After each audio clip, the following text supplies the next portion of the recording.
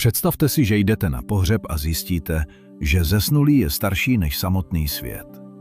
Zní to jako absurdní filozofický rébus, ale astronomové to nezažili v pohádce ani v myšlenkovém experimentu. Zažili to docela konkrétně, s dalekohledem namířeným na jednu konkrétní hvězdu. Hvězda se jmenuje HD 140 283 a její naměřený věk byl 16 miliard let. Věk celého vesmíru přitom je 13,8 miliardy let. Počkejte, to nedává smysl. A právě tenhle nesmysl otřásl základy moderní kosmologie. Nejde o chybu v tisku, nejde o záměnu čísel. Astronomové na celém světě přeměřovali, přepočítávali a ověřovali.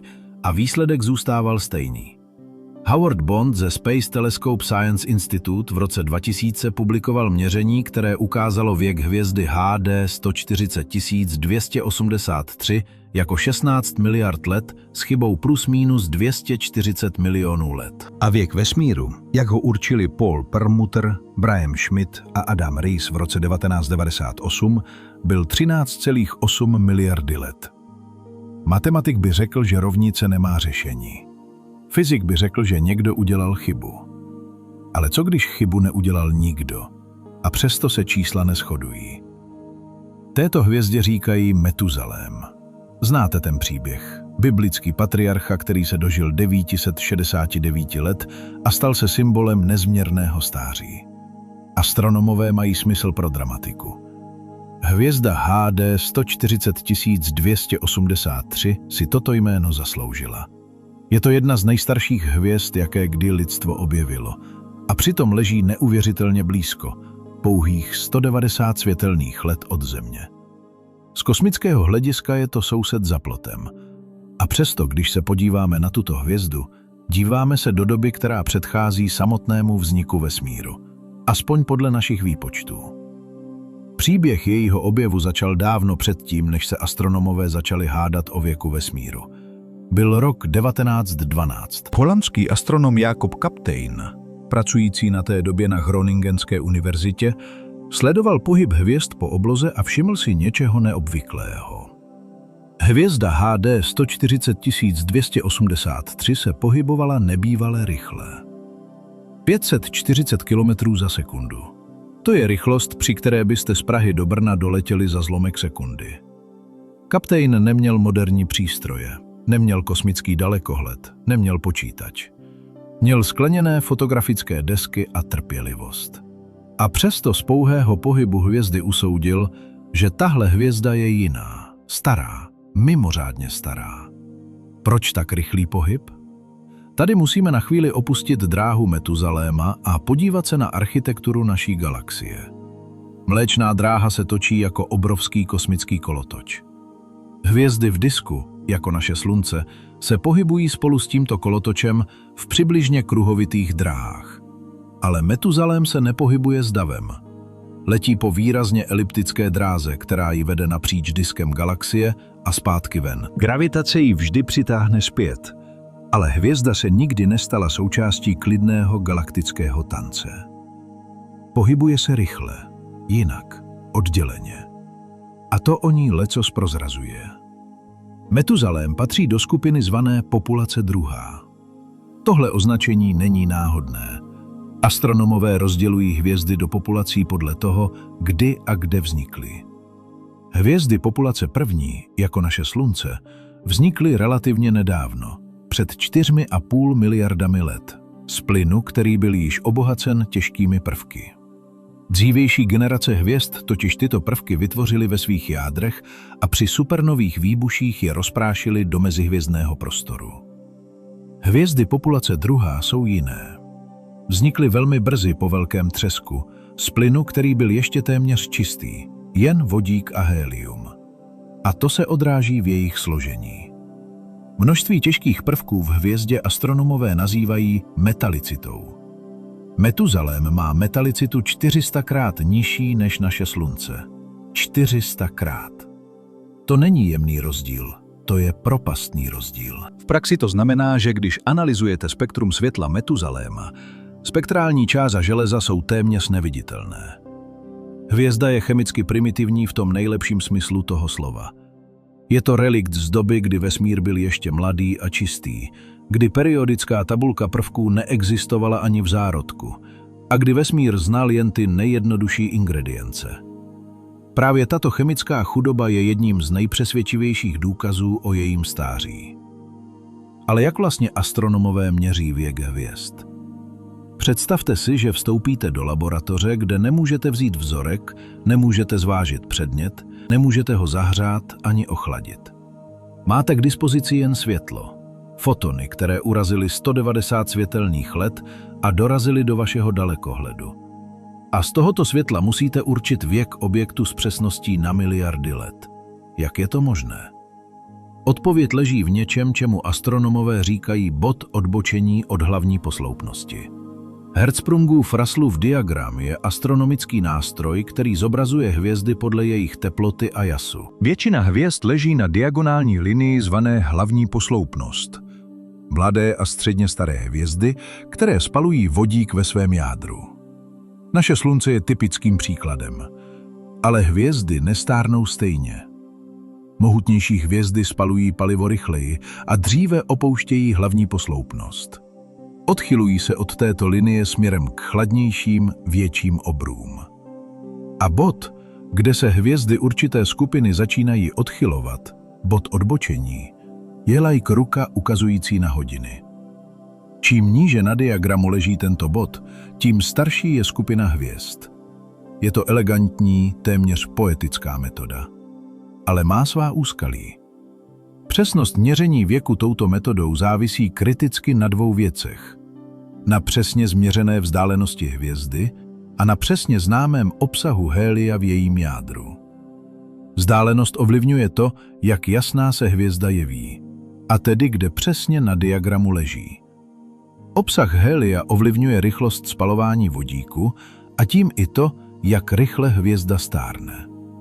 Obě tyto hodnoty jsou obtížné změřit s absolutní přesností. A právě tady vstoupila do hry kosmická sonda Hipparcos, evropská mise, která v 90. letech minulého století s bezprecedentní přesností změřila polohy a pohyby miliard hvězd.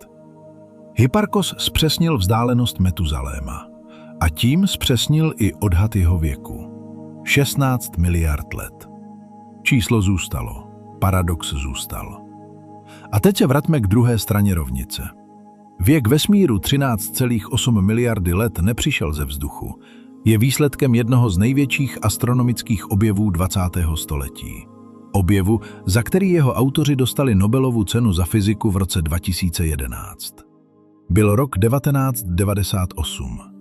Dva nezávislé výzkumné týmy pracovaly na stejném problému, jak rychle se vesmír rozpíná. A obě skupiny dospěly ke stejnému šokujícímu výsledku. Každá pro sebe, bez konzultace s tou druhou. Paul Perlmutter z Berkeleye vedl tým Supernova Cosmology Project, Brian Schmidt z Australské národní univerzity a Adam Rees z Harvardu vedli tým HICE Supernova Search Team. Oba týmy sledovali supernovy typu 1A, hvězdné exploze, které vybuchují vždy se stejnou intenzitou a slouží jako kosmické svíčky.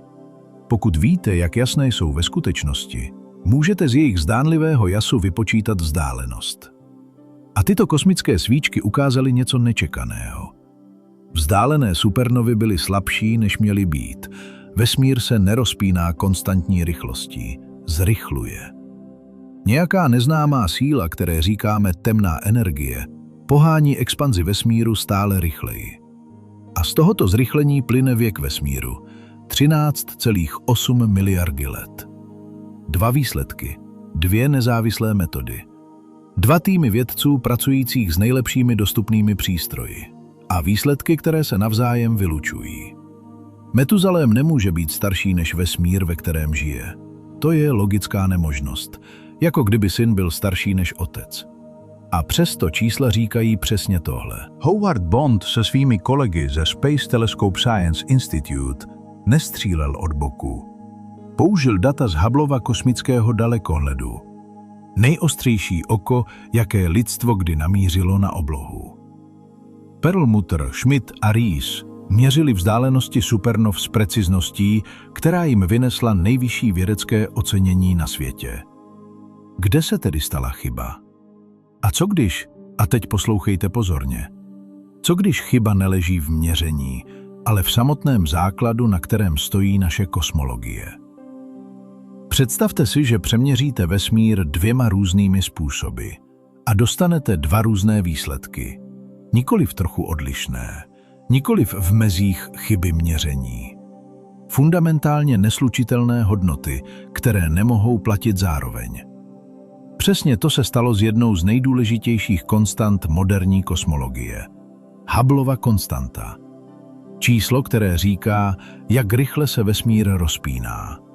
Kolik kilometrů za sekundu se od nás vzdálí galaxie pro každý megaparsek vzdálenosti, tedy pro každých zhruba 3,25 milionu světelných let. Zdá se to jako technický detail pro astronomy, ale není. Prostá změna této konstanty o několik jednotek posune vypočítaný věk vesmíru o stovky milionů let. Nahoru nebo dolů. A právě tady začíná příběh, který kosmology drží vzhůru v noci.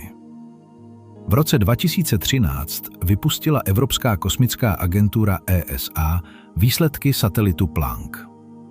Tento přístroj strávil roky měřením reliktu, kosmického mikrovlnného záření pozadí, odborně označovaného jako CMB. Jde o nejstarší světlo ve vesmíru. Záblesk tepla z doby 380 000 let po velkém třesku, kdy se vesmír poprvé ochladil natolik, aby se elektrony mohly spojit s protony a vesmír se stal průhledným. Planck toto záření zmapoval s neslýchanou přesností. Jemné variace teploty v řádu 100 000 stupně, které nesou otisk prvotní fyziky. Z těchto dat vědci odvodili Hubbleovu konstantu, 67,4 km za sekundu na megaparsek. Věk vesmíru odpovídající tomuto číslu? 13,8 miliardy let. To je hodnota, kterou znáte. Hodnota, která se opakuje v učebnicích. Hodnota, která staví Metuzaléma na hranici věrohodnosti. Ale pak přišel Adam Rees. Adam Rees z Univerzity Johnse Hopkinse a Space Telescope Science Institute, jeden z trojice vědců, kteří v roce 1998 prokázali, že vesmír se nejen rozpíná, ale že toto rozpínání se zrychluje. Se rozhodl změřit Hubbleovu konstantu jinak. Nikoliv pohledem do nejranějšího vesmíru, ale měřením toho, co vidíme v bezprostředním kosmickém okolí. Proměřoval cefeidy a supernovy v blízkých galaxiích, sbíral data rok za rokem a zpřesňoval metodu. A jeho výsledek byl znepokojivý. 73,4 km za sekundu na megaparsek. 9% rozdíl oproti satelitu Planck. 9% může znít jako málo, ale ve vědě záleží na tom, jak moc jste si výsledkem jistí. Statistická jistota Reesova měření dosáhla 5 sigma, to je práh, za nímž fyzici prohlašují objev za reálný. Pravděpodobnost, že jde o náhodnou fluktuaci v datech, je menší než 1 ku 3,5 milionu.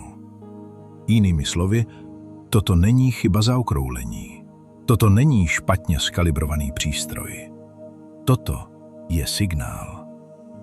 Aby bylo jasné, co Adam Rees přeměřoval, musíme se vrátit o více než 100 let zpět, do roku 1908 a na Harvard College Observatory.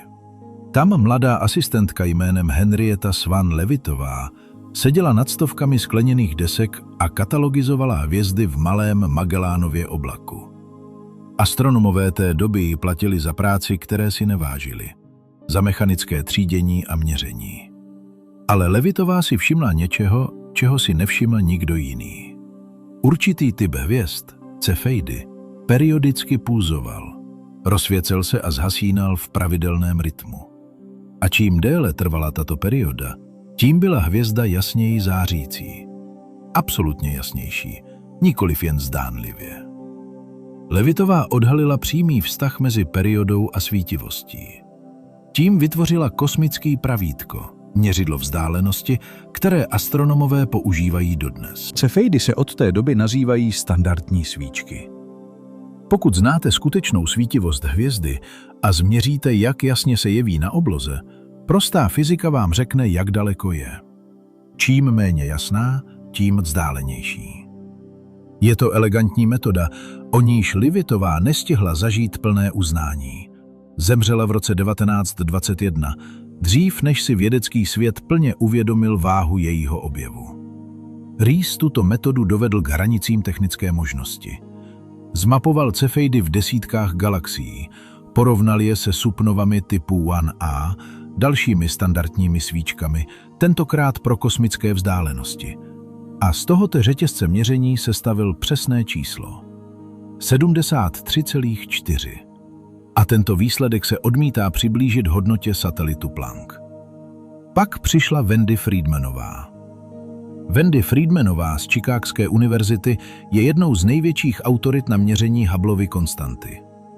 V roce 2019 přinesla třetí hodnotu, získanou zcela odlišnou metodou.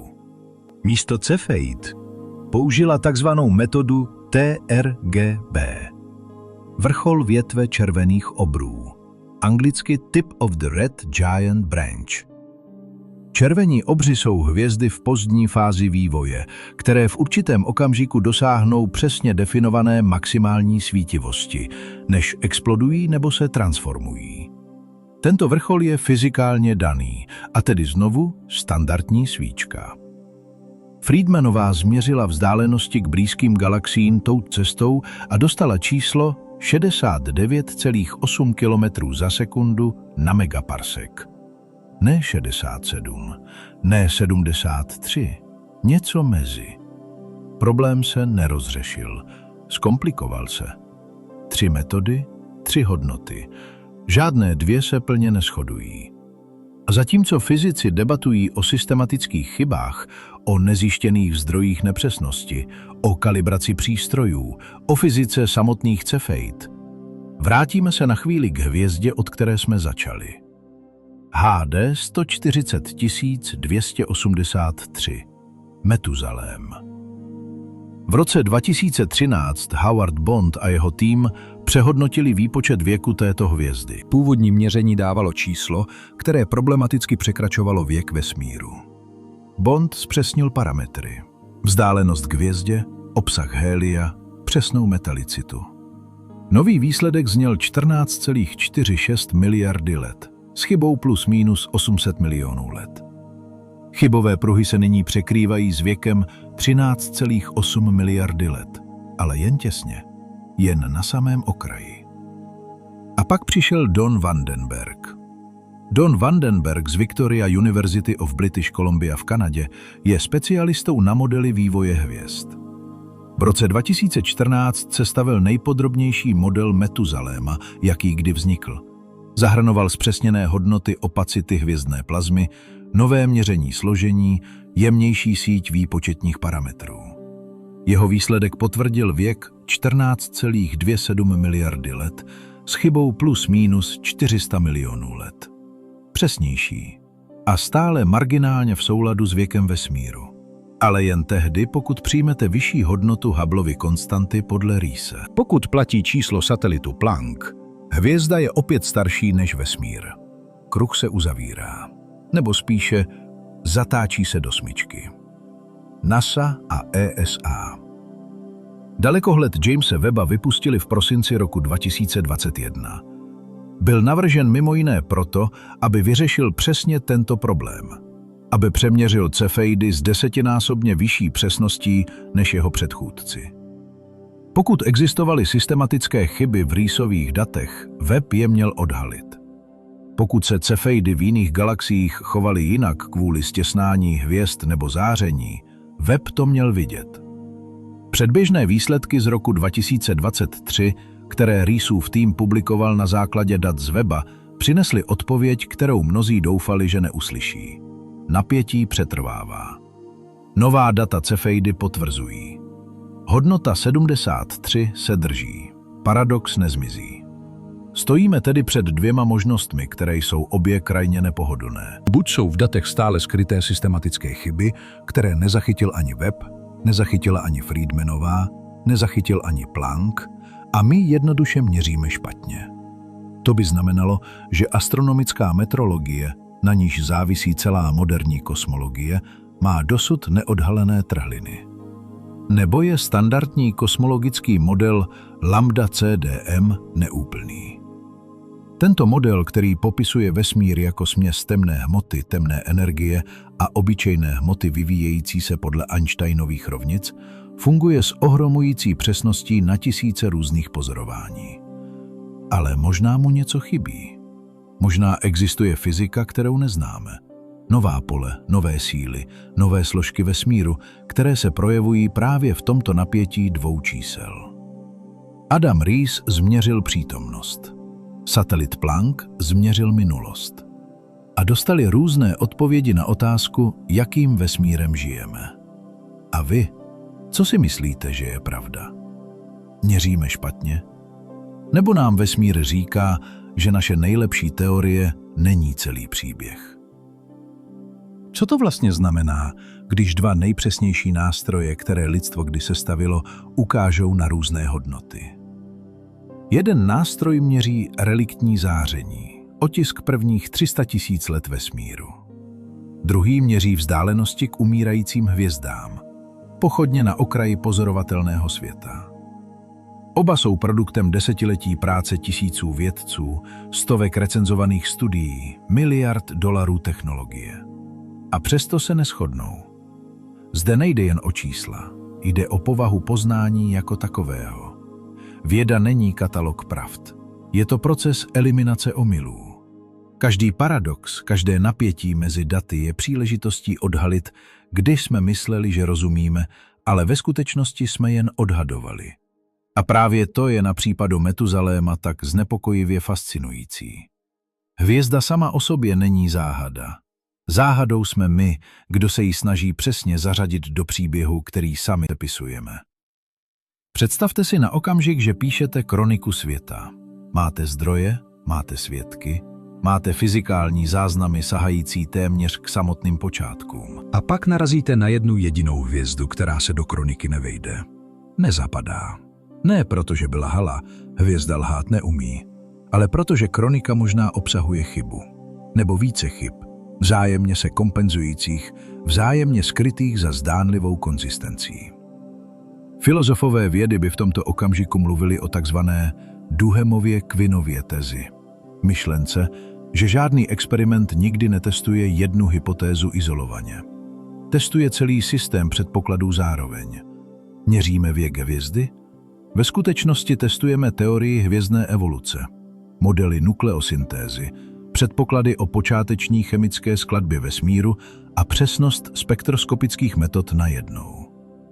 Pokud výsledek nesedí, nevíme, který předpoklad selhal. A právě proto se musíme zeptat, co kdybychom neměli jeden soubor pravidel, ale dva? Co když různé oblasti vesmíru, různé éry kosmické historie, různé fyzikální procesy řídí mírně odlišné verze fyzikálních zákonů? Tato myšlenka zní hereticky, ale v historii vědy heretické myšlenky nezřídka přežily své inkvizitory. Owen Farrell z Harvardského centra astrofyziky publikoval v roce 2022 analýzu systematických chyb v měření helia v atmosférách starých hvězd. Helium je klíčové. Jeho podíl ovlivňuje, jak rychle hvězda spaluje vodík, a tedy jak starý je objekt, který pozorujeme. Farrellova práce ukázala, že standardní metody mohou věk hvězd jako Metuzalém systematicky nadhodnocovat o 6 až 8%. Pokud by se tato korekce potvrdila a plně aplikovala, věk HD 140 283 by klesl těsně pod 14 miliard let, pod hranici věku vesmíru odhadovaného z CMB. Paradox by zmizel. Ale Farrell sám zdůrazňuje, že jde o horní odhad nejistoty, nikoliv o prokázanou korekci. Slovo pokud nese obrovskou váhu. Vivian Poolen z laboratoře astropartikul a kosmologie v Montpellier navrhla v roce 2019 model tzv. Rané temné energie. Jde o hypotézu, že krátce před epochou rekombinace, zhruba ve 100 000 sekundy po velkém třesku, existovala v kosmické historii krátkodobá epizoda neznámé energetické složky. Tato složka by urychlila expanzi v kritickém okamžiku a zvýšila efektivní Hubbleovu konstantu odvozenou z reliktního záření na hodnotu bližší přímým měřením Adama Riesse a jeho týmu. Model je matematicky elegantní, ale má problém. Zatímco snižuje napětí v hodnotě Hubbleovy konstanty, vytváří nová napětí v jiných kosmologických parametrech, zejména v rozložení hmoty na velkých škálách. Vyřešit jeden paradox a vytvořit jiný není vítězství, je to přesun problému. Přesto Pulin a desítky dalších kosmologů stále na modelu rané temné energie pracují. Jde o výzkum, který připomíná pokus utěsnit loď, kde každá záplata vytváří novou malou trhlinu jinde. Svědčí to o tom, jak obtížné je tvar vesmíru skutečně uchopit, a zároveň o tom, jak vážně vědecká komunita bere napětí v Hubbleově konstantě. Pokud by šlo jen o chybu v kalibraci přístrojů, nikdo by nestavil celé modely nové fyziky. Ale vědci staví. A to samo o sobě říká mnoho. Existuje ještě jedna neznámá vrstva celého příběhu. Populace hvězd označovaná jako populace 3. Jde o hypotetické první hvězdy vesmíru. Objekty tvořené téměř výhradně vodíkem a héliem, bez těžkých prvků, pravděpodobně mnohonásobně hmotnější než Slunce a extrémně krátkodobé. Kosmický teleskop Jamese Webba od svého spuštění aktivně hledá jejich pozůstatky nebo nepřímé stopy. Zatím máme jen nepřímé náznaky. Pokud tyto hvězdy existovaly v podobě, jakou předpokládáme, zásadně by to změnilo naše chápání chemické evoluce raného vesmíru. A možná i to, jak vůbec datujeme první generaci hvězd, jejíž potomkem je Metuzalém. A pak je tu ještě jedna mezera, o které se mluví méně, ale která je stejně zásadní. Nejistota v měření přesných rychlostí termonukleárních reakcí uvnitř hvězd. Modely hvězdné evoluce jsou závislé na laboratorně změřených hodnotách jaderných reakcí. A tyto hodnoty nejsou při nízkých energiích, které odpovídají podmínkám ve hvězdném jádru, změřeny dostatečně přesně. Experiment Luna 1000 v podzemní laboratoři Gran Sasso v Itálii se od roku 2016 snaží tuto mezeru systematicky zaplnit. Každé nové měření zpřesňuje modely, ale zpřesnění stále probíhá. A dokud neskončí, nese každý věkový odhad hvězd jako Metuzalém v sobě jadernou nejistotu. Proč je přesnost jaderných reakcí tak kritická? Představte si, že chcete říct, jak starý je člověk, ale nevíte přesně, jak rychle hoří lidský metabolismus. Každé procento nejistoty v rychlosti reakce se ve hvězdném věku násobí na miliony let. Hvězda jako Metuzalém spaluje vodík po celou dobu své existence a každá malá nepřesnost v modelování tohoto procesu posouvá věkový odhad o zlomky miliardy let. Zlomky, které v případě Metuzaléma rozhodují o tom, zda paradox existuje nebo ne. Všechny tyto mezery, heliové korekce, raná temná energie, populace 3, jaderné reakce, nejsou příznaky selhání vědy. Jsou jejím normálním stavem. Věda není budova s pevnými zdmi, je to lešení, které se neustále přestavuje, přičemž lidé na něm pracují dál, i když podlaha pod nimi není ještě zcela tuhá. Metuzalém. HD 140 283. Není jen astronomický objekt vzdálený 190 světelných let v souhvězdí Vach. Je to záložka. Záložka zahozená do knihy fyziky na stránce, které dosud plně nerozumíme. Každé zpřesnění jejího věku, každá nová sonda, každý nový model je pokusem tuto stránku přečíst znovu. Tentokrát pečlivěji, s lepšími nástroji, s méně předpoklady. Ale hvězda visí na svém místě klidně, mlčí, jen svítí. A v tom mlčení je možná největší ponaučení. Vesmír nám nikdy neřekl, že bude srozumitelný. Nevydal záruku, že jeho zákony budou mít jednoduché a konzistentní podoby, platné na každé škále a v každé epoše. To jsme si řekli my sami. A pak jsme si v to uvěřili, protože to fungovalo tak dobře po tak dlouhou dobu. Metuzalém je připomínka, že fungovat dobře nestačí. Musí to fungovat vždy a všude. A pokud ne, je třeba zjistit proč. Věk vesmíru není historický záznam v archivu. Je to výsledek výpočtu provedeného na základě fyziky, která může mít mezery. Metuzalém stojí přesně v těchto mezerách, jako ukazatel prstu mířící na místo, kde je třeba kopat hlouběji. Na začátku tohoto vyprávění byl pohřeb. Představte si smuteční obřad, kde zesnulý je podle dostupných dokladů starší než svět, do nějž se narodil. Rodiče přicházejí na pohřeb vlastního dítěte, ale dítě zemřelo dřív, než se oni sami narodili. To byl paradox, se kterým jsme vstoupili do příběhu Metuzaléma. Zdánlivá absurdita, která si žádá vysvětlení. Ale teď, po všem, co jsme prošli, vidíme pohřeb jinak. Možná jsme špatně odhadli věk zesnulého. Možná jsme špatně odhadli věk světa. Možná obojí. A tyto dvě chyby, každá sice malá, jdou prozatím proti sobě.